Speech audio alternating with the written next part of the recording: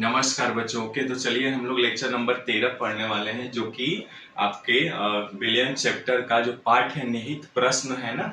2.1 हम लोग हल कर चुके हैं, पहले ही उदाहरण भी हल कर चुके हैं। ये आपका क्वेश्चन नंबर 2.2, इसके कॉन्सेप्ट्स को हमने समझा, उसी पे आधारित ये प्रश्न है। ठीक है, मोल अंश की गणना करनी है हमको। आपके एनसीईआरटी बुक पे जाएंगे ना तो पेज नंबर 38 पे है। ठीक है, रिक्वेस्ट करूंगा यदि आप चैनल पे नए तो प्लीज चैनल को सब्सक्राइब, लाइक और शेयर कर लीजिए और साथ में घंटी का आइकन जरूर दबा लीजिएगा। ओके, चलिए क्वेश्चन को पढ़ते हैं और हल करते हैं। एक विलयन में कोई सॉल्यूशन है, मान लिया हमने ये सॉल्यूशन तैयार कर लिया। ठीक है, इस विलयन में बेंजीन का कितना परसेंट द्रव्यमान है? 30%। और दूसरा है CCl4 में यानी कार्बन टेट्राक्लोराइड में घुला हुआ है। तो बेंजीन के मोल अंश की गणना करनी है। इंग्लिश में कहें तो calculate the mole fraction of benzene in solution containing 30% by mass in carbon tetrachloride. Okay, CCl4 की बात की जा रही है। ये विलयन है, इसमें एक बेंजीन है। बेंजीन को हम C6H6 से प्रदर्शित करते हैं। बेंजीन का मास कितना है? 30 ग्राम है ना। तो मान लीजिए यह यदि बेंजीन 30 ग्राम है तो इसका मतलब परसेंटेज में दिया हुआ है ना। और दूसरा आपका CCl4 है, CCl4। तो इसका मतलब कि 100 ग्राम का विलयन है। ठीक है, इसमें 30 ग्राम का द्रव्यमान का बेंजीन है। तो ये कार्बन टेट्राक्लोराइड कितना हो जाएगा? 70 ग्राम है ना, क्योंकि इन दोनों का विलयन तैयार किया गया है, सॉल्यूशन है ना। ठीक है, तो अब क्या करेंगे? सिंपल, हमें ये चीजें पता चल गई तो हम इसलिए मोलर मास यानी आणविक द्रव्यमान जिसको कहते हैं, मोलर मास यानी आणविक द्रव्यमान, इसको हिंदी में कहते हैं। ठीक है, molar mass of benzene C6H6।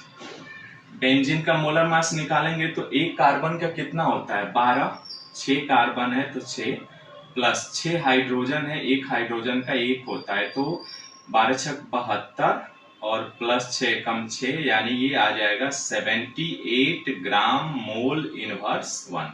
Molar mass आपने निकाल लिया। ठीक है, ऐसे ही आप निकालेंगे molar mass of CCl4, carbon tetrachloride का भी मोलर मास निकालेंगे आप। ठीक है, तो ये आ जाए कार्बन का 12 प्लस 4 क्लोरीन है, एक क्लोरीन का 35.5 होता है। ठीक है, निकालिए तो यानी 12 प्लस 4 से मल्टीप्लाई करा दीजिए। 4 पचे 20, 2 4 पचे 20, 2 22, 2 बचा। ठीक है, 4 3 12, 2 14 है ना। दशमलव एक अंक के बाद है, लगा लेंगे।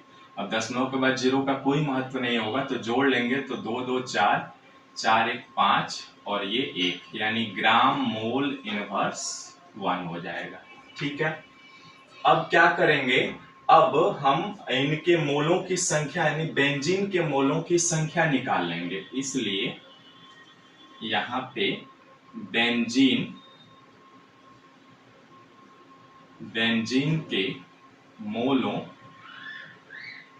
की संख्या, बेंजीन के मोलों की संख्या को हम इस तरीके से निरूपित करते हैं, C6H6 बराबर बेंजीन के मोलों की संख्या कितने, द्रव्यमान कितना है बेंजीन का? द्रव्यमान 30 और बटे विलयन टोटल इसका जो आया है बेंजीन का आपका मोलर मास कितना आया है? 78।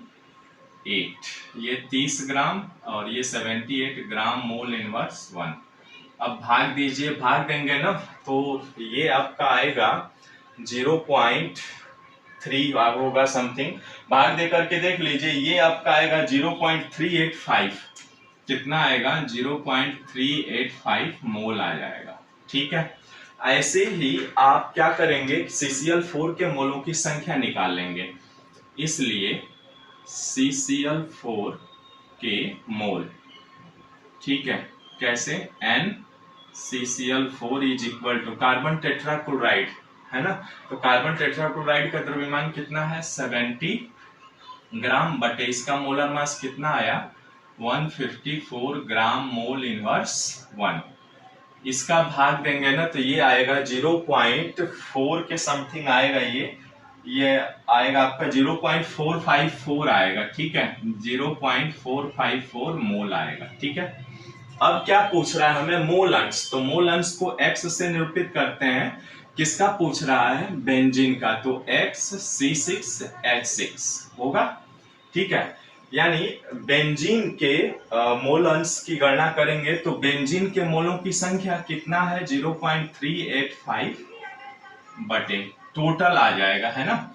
यानी बेंजीन के मोलों की संख्या प्लस आपका CCl4 के मोलों की संख्या 454, ये जोड़ उड़ करके आप भाग देंगे ना बच्चों, तो ये आएगा आपका 0.459, 0.459 ये आंसर हो जाएगा आपका। ओके, भाग दे करके देख लीजिएगा। भाग इसलिए मैंने दे करके पहले से ही रखा हुआ है, इसलिए आपको मैंने ये चीजें बता दी, ठीक है। आप चेक कर लीजिएगा, हो सकता हो कैलकुलेशन में कुछ डिफरेंस आ भी सकता है, लेकिन तरीका आपका जो मेथड है वो सेम रहेगा, ठीक है।